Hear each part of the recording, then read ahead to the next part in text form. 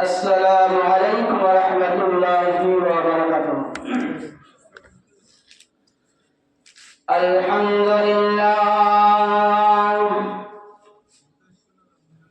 إن الحمد لله نحمده ونستعينه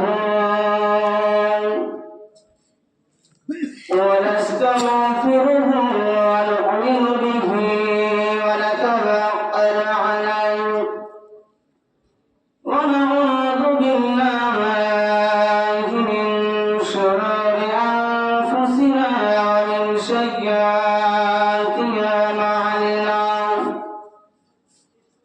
من يهده الله فلا مضل له ومن يضلله فلا هادي له ونشهد أن لا إله إلا الله وحده لا شريك له وأشهد أن سيدنا وحبيبنا وشفيعنا ومولانا محمدا عبده ورسوله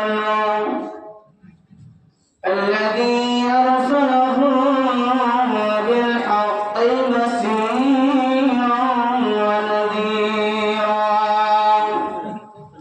وداعيا إلى الله بإذنه وسراجا منيرا فقد قال الله تعالى في كلامه المجيد والفرقانه الحميد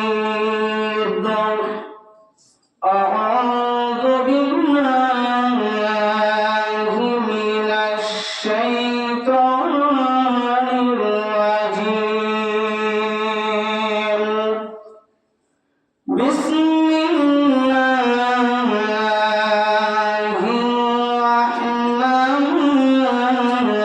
الرحيم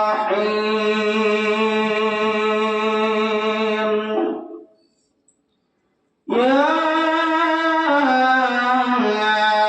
أيها الذين آمنوا لا تلهكم أموالكم ولا أولادكم عن ذكر الله ومن يفعل ذلك فأولئك هم الخاسرون وأنفقوا مما رزقناكم من قبل أن يأتي أحدكم الموت فيقول ربي لولا أخرتني إلى أجل قريب فأصدق وأكن من الصالحين. بسم الله الرحمن الرحيم ألهاكم التكاثر حتى زرتم المقابر كلا سوف تعلمون ثم كلا سوف تعلمون كلا لو تعلمون علم اليقين لترون الجحيم. وعن أبي هريرة رضي الله تعالى عنه قال قال رسول الله صلى الله عليه وسلم إذا مات الإنسان إذا مات الإنسان إلا من شرشة إلا من صدقة جارية أو علم ينتفع به أو والد صالح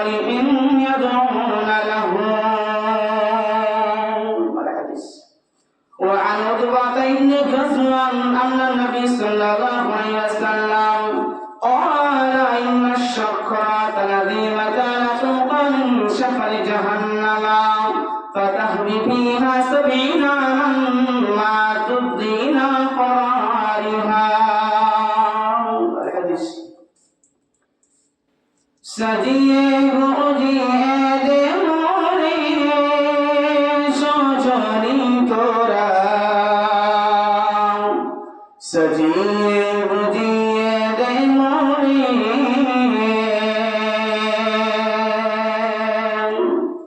সজিয়া বুঝিয়া দে মোরে সজনী তোরা সজিয়ে বুঝিয়ে দে মোরে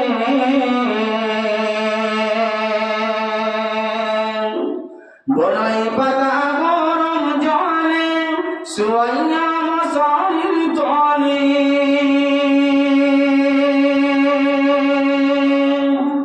বড়ই পাতা গরম জলে সোয়া মশারির তলে আজর গুনা পর্যন্ত মেঘে দে সজনী তোরা সজিয়ে বুঝিয়ে দে মোরে কতই রঙিন কতই কাপড় কতই রঙিন কতই কাপড় আমি কি সইতে পারি সাদা কাপড় আমায় পরায়া দে সজনী তোরা সজিয়ে বুঝিয়ে দে মোরে সজিয়ে বুঝিয়ে দে মোরে সজনী তোরা সজিয়ে বুঝিয়ে দে মোরে কতই জমি কতই বাড়ি আমি কি সইতে পারি কতই জমি কতই বাড়ি আমি কি সইতে পারি কাঠের দোলায় আমায় তুলে দে সজনী তোরা সজিয়ে বুঝিয়ে দে মোরে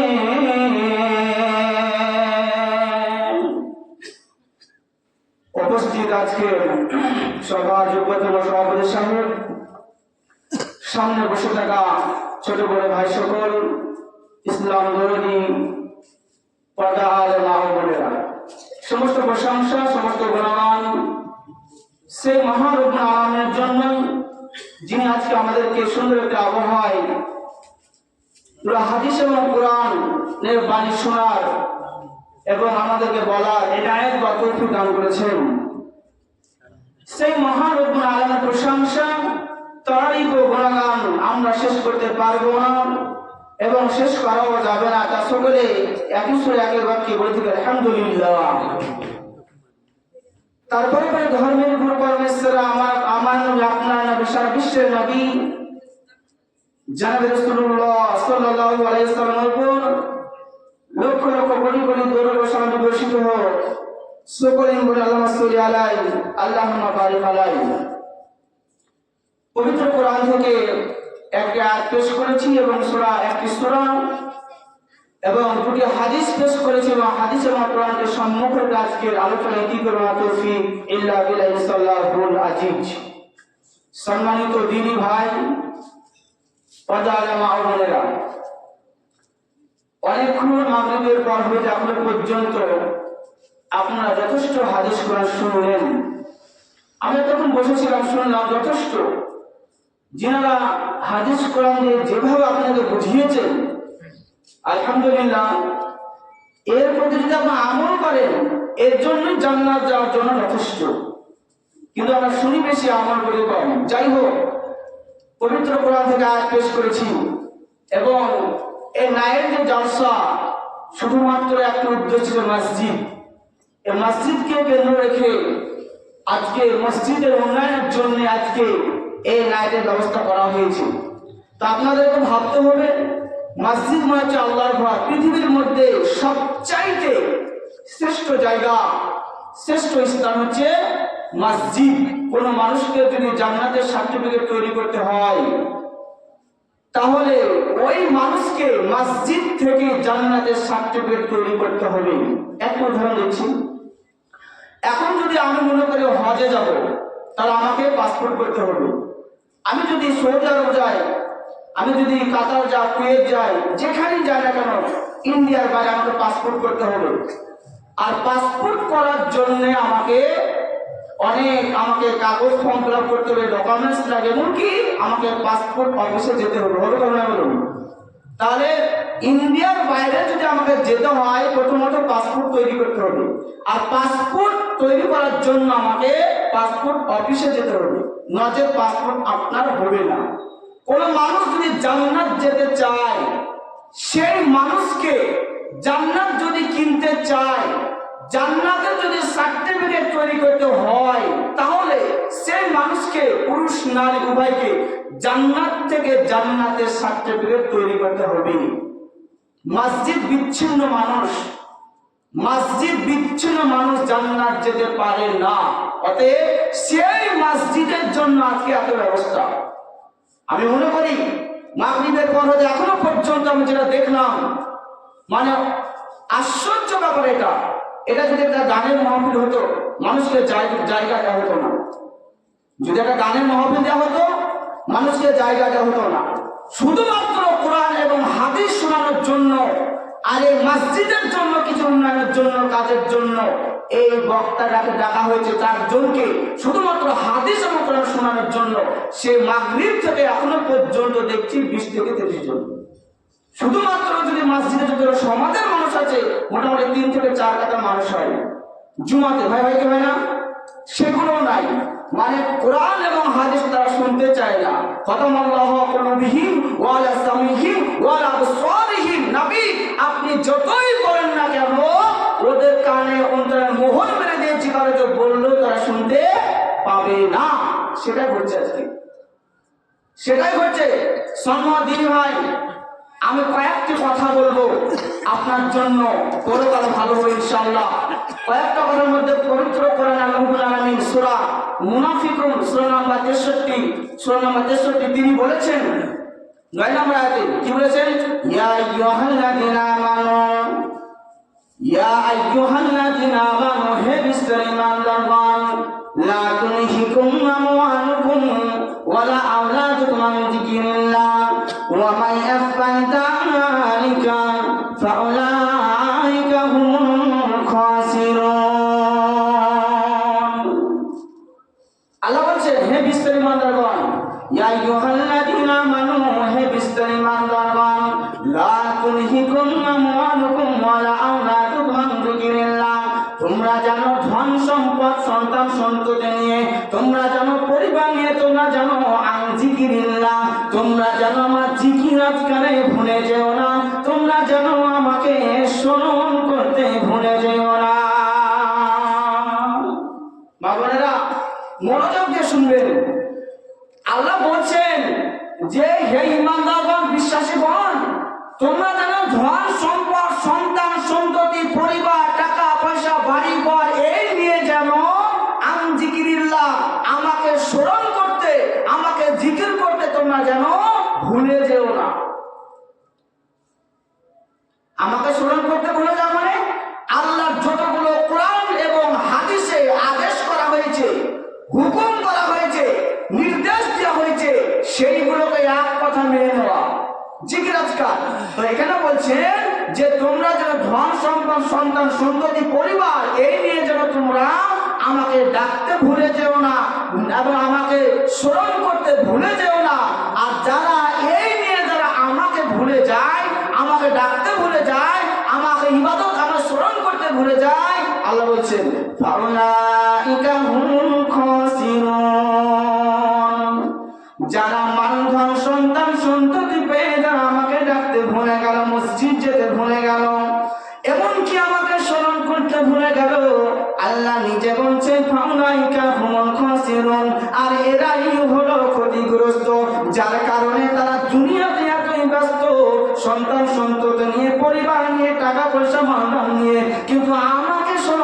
ভুলে যায়, আমাকে আমার জিকির করতে ভুলে যায়। আল্লাহ বলছেন ফালাইকা হুমুল খাসিরুন, আর এরাই হলো ক্ষতিগ্রস্ত উদাসীন। এই সাহেব প্রায় অনেক ভাই বোন ইত্যাদি মানুষ আজকে সংসার সন্ততি নিয়ে ছেলে মেয়ে নিয়ে এই পরিবার নিয়ে ব্যস্ত আছে না? বলেন আছে কিনা? নাই, আছে। তারা জিকির থেকে বঞ্চিত, তারা মসজিদ থেকে বিচ্ছিন্ন, তারা কোরআন থেকে বিচ্ছিন্ন, তারা নবী থেকে বিচ্ছিন্ন। এইভাবে অনেক পরিবার আজকে জীবন যাপন করছে পৃথিবীর বুকে। তো আল্লাহ এই জন্য বলেছে, আল্লাহ রব্বুল আলামিন এমন ভাবে আয়াতটা বলেছে, একেবারে মানুষের সঙ্গে বাস্তবে মিলে গেছে আয়াতটি। মানুষ ধন সম্পদ, বাড়ি ঘর, স্ত্রী কিভাবে বাড়ি করবো, কিভাবে ঘর করবো, আমার ছেলে কিভাবে পড়বে, কিভাবে ইনকাম করবো, অনেক ব্যস্ত। নামাজ পড়তে হবে মাথায় এটা নাই, জিকির করতে হবে মাথায় এটা নাই, আল্লাহর আদেশ পালন করতে হবে এটা মাথায় নাই। আল্লাহ এটা বলেছেন। তারপরে কথা বলেছেন ওয়ানফিকু মিম্মা রাযাকনাকুম মিন ক্বাবলি আন ইয়াতিয়া আহাদাকুমুল মাউত। ওয়ানফিকু, আল্লাহ বলছেন তোমাদেরকে আমি রিজিক দিয়েছি, রিজিক তোমাদেরকে আমি রিজিক দিয়েছি, ধন সম্পদ দিয়েছি, আমি আল্লাহ দিয়েছি। ওই সম্পদ হইতে, রিজিক হইতে তোমরা আমার রাস্তায় দান করো।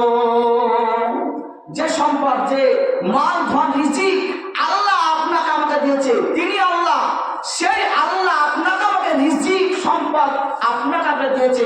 আল্লাহ বলছেন ওই সম্পদ হইতে তোমরা ব্যয় করো। আহাদাকুমুল মাউত, মৃত্যু আসার আগে পর্যন্ত।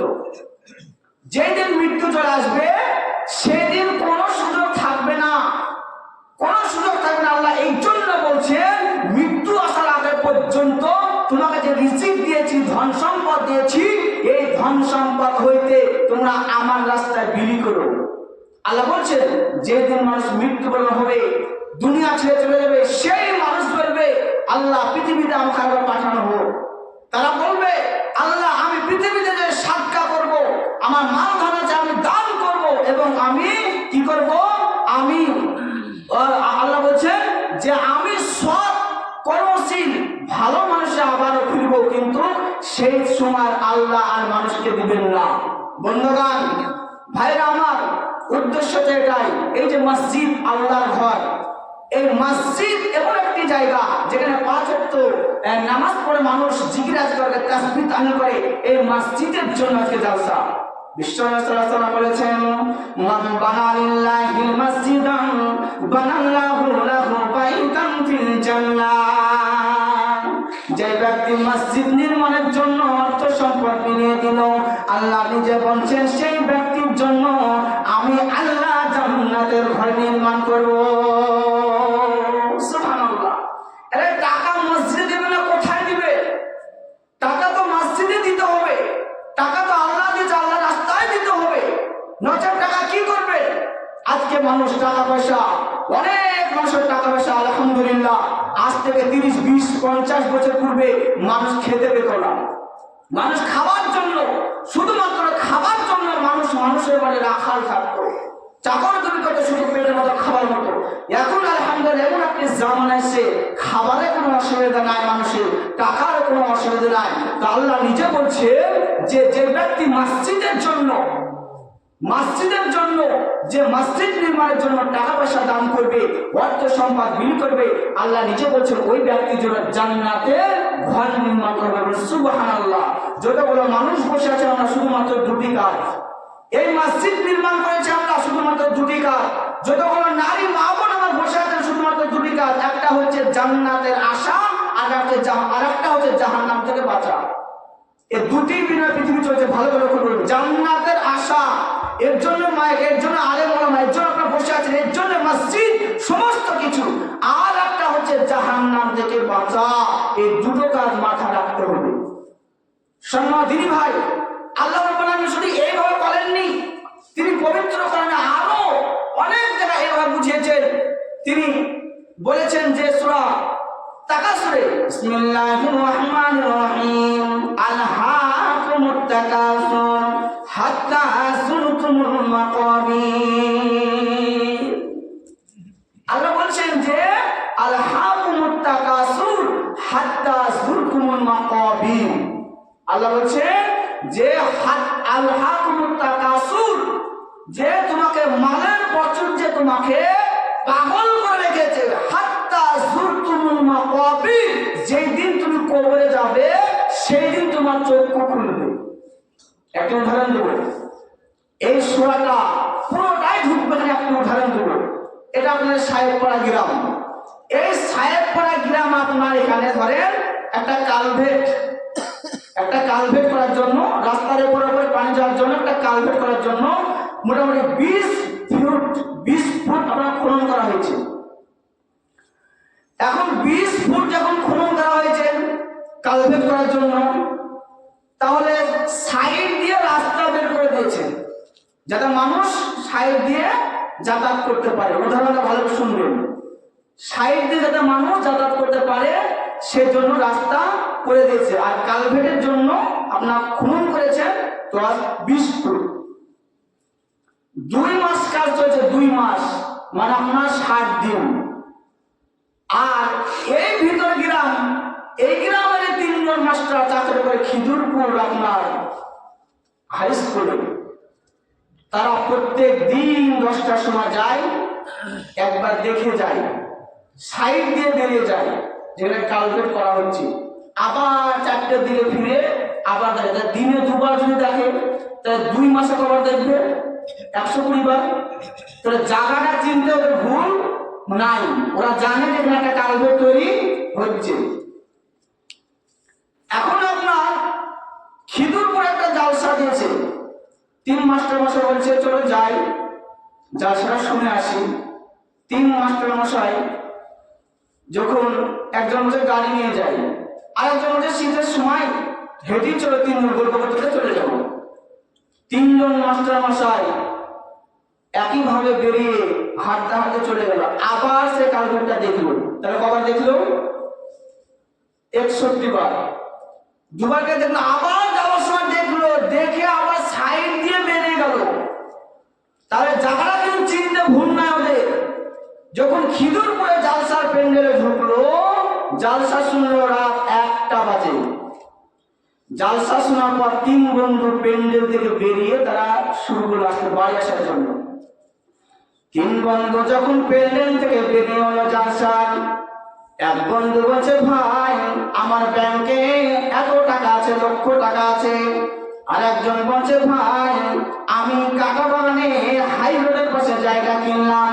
আর একজন বলছে ভাই আমি স্কর্পিও কিনলাম, আমি আমার মেয়ের বিয়েতে এত লক্ষ টাকা দিলাম, আমি আমার জামাইকে কারো দিলাম। এইভাবে তারা 3 বন্ধু গল্প করতে করতে করতে চলে আসছে।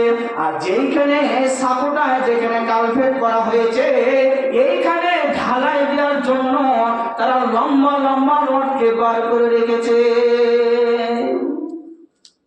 তারা যখন গল্প করে টাকা পয়সা জমি জায়গা, টাকা পয়সা জমি জায়গা, টাকা পয়সা জমি জায়গা, পান আমি মেশিনটা চলতেছে। আর মাথা থেকে উপরটায় তারা 3 জন গল্প করে টাকা পয়সা জমি জায়গা, আমার ব্যাংকে এত আছে, আমার জমি জায়গায় এত আছে, আমার ছেলে ওই ইউনিভার্সিটিতে পড়ে, আমার ছেলে ডক্টর, আমার ছেলে ইঞ্জিনিয়ার। এইভাবে 3 জন বন্ধু গল্প করতে করতে করতে করতে সে ওই কালভেটে দুপ করে এসে পড়েছে। আর 3 বন্ধুকে 3 থেকে 9টা রড গেঁথে গেছে। তারা মনে করেছিল আমরা কালভেটের পাশ দিয়ে বেরিয়ে আমরা চলে যাব। তাদের ধারণা ভুল ছিল না। এমনকি তারা ওই পড়ার পূর্বে তারা যদি মনে করতো কিছু করতে পারতো, লাভ কি হলো? টাকা পয়সা জমি জায়গা বাড়ি ঘর, জমি জায়গা বাড়ি ঘর, এইভাবে এমন ভাবে মাথাটাকে গ্রাস করে নিয়েছে। তারা 3 জন এসে কালভেটে পড়লো। তারা 3 দিকে রড গেঁথে গেল। এরপর তারা মারা গেল। ভাইরা আমার, বন্ধু আমার, ওই গর্তটা দেখা সত্ত্বেও তারা ওই গর্তটা এসে পড়লো। বন্ধুরে ভাই আমার, বন্ধু আমার, ওই গর্তটা জানা ছিল, আপনারও জানা আছে ওই গাধাটা কেমন। আজকে আপনি কবরস্থানে আপনার পিতাকে রেখে এসেছেন, মানে আপনি দেখেছেন, আপনার মাতাকে রেখে এসেছেন, আপনার আত্মীয় স্বজন বন্ধুকে রেখে এসেছেন, নচেত আপনি 200-500 বার দেখেছেন। আপনি জানেন ওই কবরস্থানের পাশ দিয়ে আপনি 1000 বার যাওয়া আসা করছেন। আপনি জানেন যে গাধাটা কেমন। তার করার পরও আপনি এই গাধাকে দেখে আপনার ভয় লাগে না? আপনার গাধাকে দেখে ভয় লাগে না? আল্লাহ বলছেন আলহাকুমুত তাকাসুর, মালের প্রাচুর্য তোদেরকে পাগল করে রেখেছে। হাত্তা যুরতুমুল মাকাবির, যখন তোরা কবরে ঢুকছিস সেই সময় তোর চক্ষু খুলছে। যখন তুই কবরে ঢুকছিস সেই সময় তোর চক্ষু খুলছে যে হাত্তা যুরতুমুল মাকাবির কাল্লা সাওফা তা'লামুন সুম্মা কাল্লা সাওফা তা'লামুন, তোরা জানতে পারবি, তোরা আরো বেশি জানতে পারবে। কখন? কাল্লা লাউ তা'লামুনা ইলমাল ইয়াকিন, তোদের কবরে যে ব্রেনটা বেড়ে যাবে, তোরা আলেম হয়ে যাবি, তোরা মৌলবি মাওলানা হয়ে যাবি। কখন হয়ে যাবি? তারা উন্নাল জাহিম, যখন তোরা জাহিম নামে জাহান্নামটা দেখবি তখন তোরা বলবি ওই মৌলবি সাহেব ঠিক বলেছিল, ওই আলেম সাহেব কোরআন পড়িয়ে আমাদেরকে বুঝিয়েছিল, আমাদেরকে হাদিস দিয়ে আমাদেরকে বুঝিয়েছিল, আমরা যাইনি অমুক করো তমুক করো, আমরা মিথ্যা মনে করেছি, আমরা যাইনি। অতএব তাদের ব্রেন খুলে যাবে, জ্ঞান বেড়ে যাবে, কিন্তু ওই ব্রেনে কোনো কাজ আসবে না।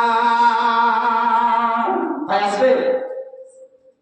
ওই গাধা কিন্তু মনে আছে আসবে না। কবরে যখন মানুষ যাবে, কবরে সব আলেম হয়ে যাবে, মুক্তি হয়ে যাবে, কিন্তু ওই জ্ঞানে কোনো কাজ আসবে না।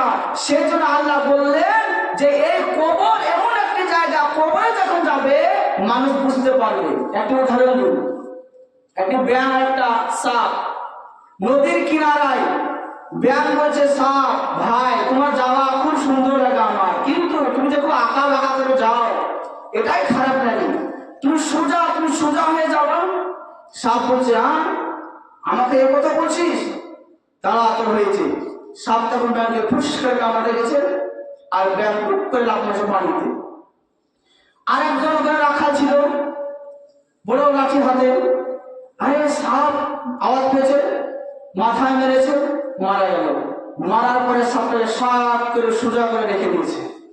ব্যাঙ নদীতে করে বলছে ভাই ষাট হলে কিন্তু মরার পরে ষাট হলি, যদি মৃত্যুর আগে ষাট হতি তাহলে থেকে দেখা হতো না, তোকে মৃত্যুর আগে যদি ষাট হতি তাহলে তো মরতে হতো না।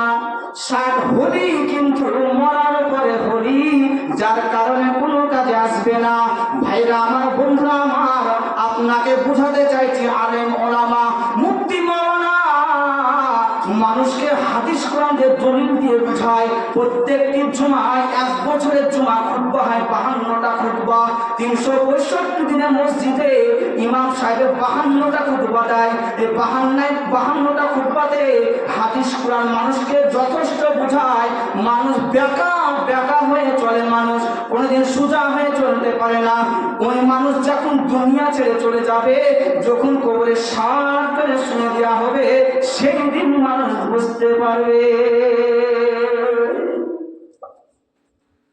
সাত হতে হবে মরার আগে, সোজা রাস্তা আসতে মরার আগে। মরার পর বেকা রাস্তায় দেখুন লাভ আছে বলুন? আছে। অতএব মানুষ আজকে বেকা হয়েছে। অতএব আমার বলা উদ্দেশ্য হচ্ছে এটাই যে এই মসজিদ অনেক হাদিস কোরআন শুনেছেন, অনেক শুনবেন, কিন্তু মানুষ আজকে দুনিয়া নিয়ে পাগল, দুনিয়া নিয়ে মানুষ পাগল। কোরআন বলছেন বাল তুকসিরুনাল হায়াতাদ দুনিয়া, তিনি বলছেন বাল তুকসিরুনাল যে হায়াতাদ দুনিয়া, তিনি বলছেন যে দুনিয়া এমন একটি জায়গা, দুনিয়া এমন একটি জায়গা যে দুনিয়ার চেয়ে আখিরাত হচ্ছে উত্তম।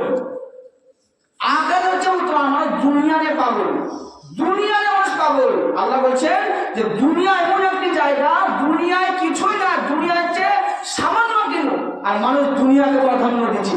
এই দুনিয়ার আমরা আপনি একটা উদাহরণ দিন, শুনুন মা বোনেরা। একটি কৃষক জমি খনন করতে করতে, বন্ধুরে, জমি খনন করতে করতে যখন কোদাল দিয়ে যখন কোদায় মাটিকে এমন তো সময় মাটি যখন খনন করে একটি পাথরের আওয়াজ পেল, একটি পাথরের আওয়াজ পেল। ও পাথরটাকে তুলে দেখছে, পুরো চকচক করছে। মনে একটু সন্দেহ মনে হলো, কি ব্যাপার চকচক করছে, কি ব্যাপার এটা? ও যখন ওই পাথরটা নিয়ে বাড়ি এলো, বাড়ি আসার পরে একজন বলছে ভাই তুমি যে পাথরটা পেয়েছো ওটা পাথর নয়, ওটা সোনা। আরে সুবহানাল্লাহ, এটা সোনা? হ্যাঁ ওটা সোনা।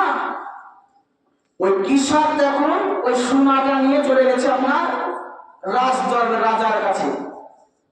রাজার কাছে গিয়ে বলছেন, হে রাজা মশাই, আমি মাটি খনন করতে গিয়ে আমি সোনা পেয়েছি, এই সোনাটা আপনার কাছে বিক্রি করব।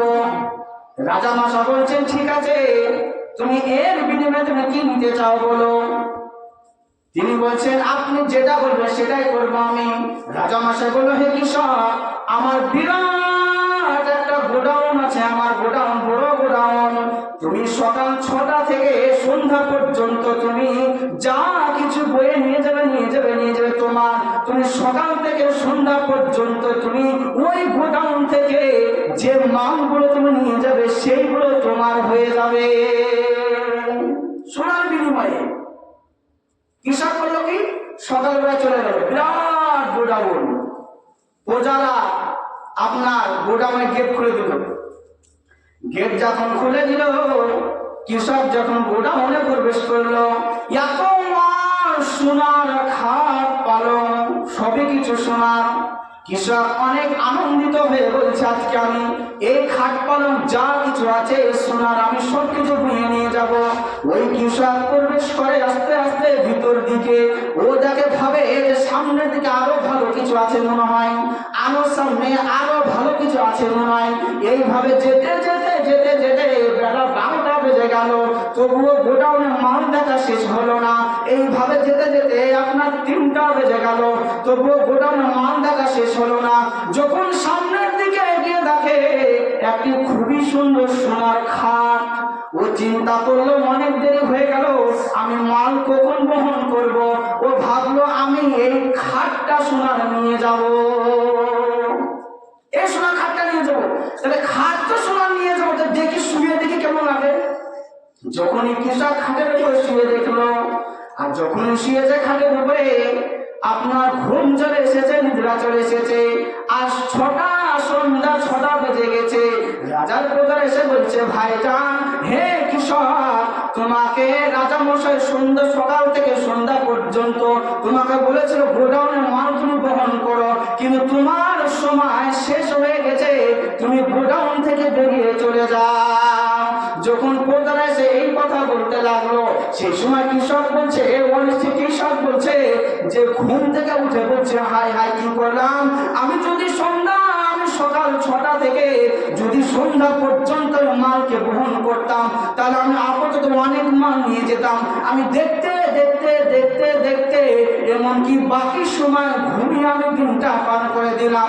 মুসলমান, তোমার জন্য আল্লাহ 50 বছর তোমাকে বয়স দিয়েছে, তোমাকে 60 বছর বয়স দিয়েছে, তোমাকে 70 বছর বয়স দিয়েছে, তোমাকে পৃথিবীতে বয়স দিয়েছে কিসের জন্য? আল্লাহ আমানত স্বরূপ তোমাকে আল্লাহ পাঠিয়েছে।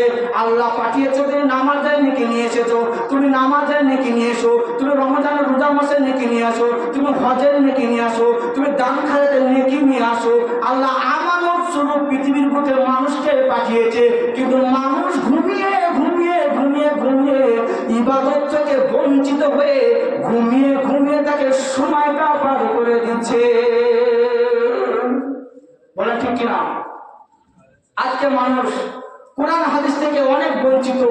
মা বোনেরা, ভাই ও বাপজিরা, আজকে মানুষ দুনিয়া নিয়ে পাগল। দুনিয়া এমন একটি জায়গা, দুনিয়া টাকা পয়সা জমি জায়গা যা কিছু আছে, কেউ কোনো মানুষ কিঞ্চিত পরিমাণ কেউ নিতে পারবে না। অবশ্যই আপনার পালিয়ে যাবেন না, যে কোনো মানুষ আছে আপনি বসে থাকবেন, অল্প সময়ের মধ্যে ছেড়ে দিব। আল্লাহ রাব্বুল আলামিন এই থেকে বোঝাতে চাইছে যে দুনিয়া এমন একটা জিনিস, দুনিয়া মানুষ খালি হাতে এসেছে, মানুষ খালি হাতেই যাবে, আল্লাহ নিজে বলেছেন। সম্মান দিনী ভাই, তো বিশ্ব নবী সাল্লাল্লাহু আলাইহি ওয়াসাল্লাম তিনি আমাদের নবী, শেষ নবী, আখির পয়গম্বর, সেই নবী আমাদের শেষ নবী, যিনি আমাদের আদি পিতা আদম আলাইহিস সালাম, তিনি আমাদের আদি পিতা হযরত আদম থেকে নিয়ে মুহাম্মদ সাল্লাল্লাহু আলাইহি ওয়াসাল্লাম থেকে নিয়ে যত নবী এসেছেন, যত রাসূল এসেছেন, যত সাহাবী তাবেঈন এসেছেন, সকলকে দুনিয়া ছাড়তে হয়েছে, আমাদেরকেও দুনিয়া ছাড়তে হবে। তাই বলেন, মাটির দেহ মাটি হইবে, মাটির দেহ মাটি হইবে,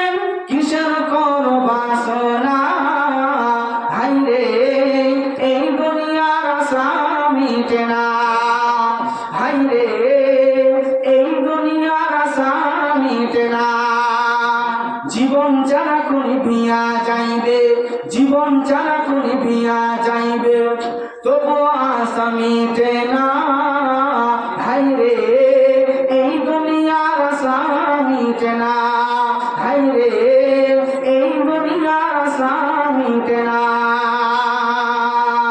আশা করে ঘর বাঁধিলাম সাদের বান চরে ভাই রে, এই দুনিয়ার আশা মিটে না ভাই রে, এই দুনিয়ার আশা মিটে না।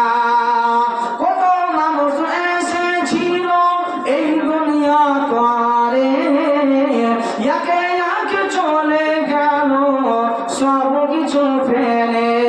কত মানুষ এসেছিল এই দুনিয়া করে, একে একে চলে গেল সব কিছু ফেলে। তোমাকেও যেতে হবে, আমাকেও যেতে হবে, রিহাই পাওয়া যাবে না হাই রে, এই দুনিয়ার আশা মিটে না হাই রে, এই দুনিয়ার আশা মিটে না। বন্ধু, দুনিয়া এমন একটা জিনিস, এই দুনিয়ার আশা মিটবে না। আজকে যেই জমিতে আজকে আপনি গম বুনেছেন, যেই জমিতে আপনি চাষ করছেন, যেই জমিতে আপনি ধান লাগিয়েছেন, এই জমিটা একদিন আপনার দাদা আবাদ করেছে, ফসল ফলিয়েছে, ঠিক না বলেন? এখন বর্তমানে আপনি ফসল ফলাচ্ছেন, আপনার দাদা চলে গেছে, কিন্তু দুনিয়া ছেড়ে চলে গেছে। আপনি যখন চলে যাবেন আপনার সন্তান ওই জমি ফসল ফলাবে, কিন্তু জমিটা কিন্তু জমি থেকে গেছে। মানুষগুলো একের পর এক ট্রান্সফার হয়ে চলে গেছে। এর জন্য বলছে যে মাটির দেহ মাটি হবে, কিসের কোনো বাসনা। মাটির কোন মাটি এমন একটা জিনিস, মাটি মাটি থেকে যাবে। এই মানুষগুলো একের পর এক ট্রান্সফার হয়ে যাবে। দুনিয়া যদি থাকার জায়গা হতো, আদম আলাইহিস সালাম তিনি থাকতেন, যত নবী যত রাসূল মুহাম্মদ সাল্লাল্লাহু আলাইহি সাল্লাম তিনি সকলে থাকতেন। আসল কথা দুনিয়া থাকার জায়গা নয়, দুনিয়া সকল মানুষকে ছেড়ে হবে, আমাদেরকেও যেতে হবে। তাই অবশেষে বলি যে এই মসজিদ হচ্ছে আল্লাহর ঘর, উদ্দেশ্য হচ্ছে মসজিদে উন্নত করবে নায়ের জালসা। মা বোনেরা আপনারা আছেন যথেষ্ট, যে যা পারবেন আল্লাহকে সন্তুষ্ট করার জন্য আজকে দানে হাতকে বাড়িয়ে দিবেন। এটা হচ্ছে দান। আল্লাহ এমন একটা দিন, আপনি আপনার পিতা মাতা অন্ধকার কবরে চলে গেছে, যেই মা আপনার 9 মাস 10 মাস গর্ভে ধারণ করে কত কষ্ট করে খাইয়ে পরিয়ে লালন পালন করেছেন, এমনকি তাকে তীরে তীরে বড় করেছেন, সেই জনমদুখী মা আপনার, যেই মা জন্ম দিয়ে আপনার মুখটা পৃথিবীর মুখটা দেখিয়েছে, সেই মা আপনার কবরে শুয়ে আছে। যেই আপনার পিতা, যে পিতার জমি আপনি ভক্ষণ করছেন পরিবার নিয়ে, সেই পিতা আপনার কবরে শুয়ে আছে। সেই পিতার কথা স্মরণ করে, সেই মাতা যেই মা 9 মাস গর্ভে ধারণ করেছে, সে মার কথা স্মরণ করে মসজিদে টাকা দেবেন আল্লাহকে সন্তুষ্ট করার জন্য। মসজিদে টাকা দেবেন, এত কথা বলা লাগে না। এই মাস ঘরে যদি আজকে এই সমাজে যদি 100টা মানুষ হয়, যদি 1000 করে টাকা দেয়, 1 লক্ষ টাকা হয়ে গেল, এত কথা বলা লাগবে না। মুমিন মানুষ ইশারা বুঝতে পারে, টাকার প্রয়োজন, টাকা লাগবে, টাকা দিতে হবে, সম্মান দিন হয়। যাই হোক, আমি দোয়া করে দেবো।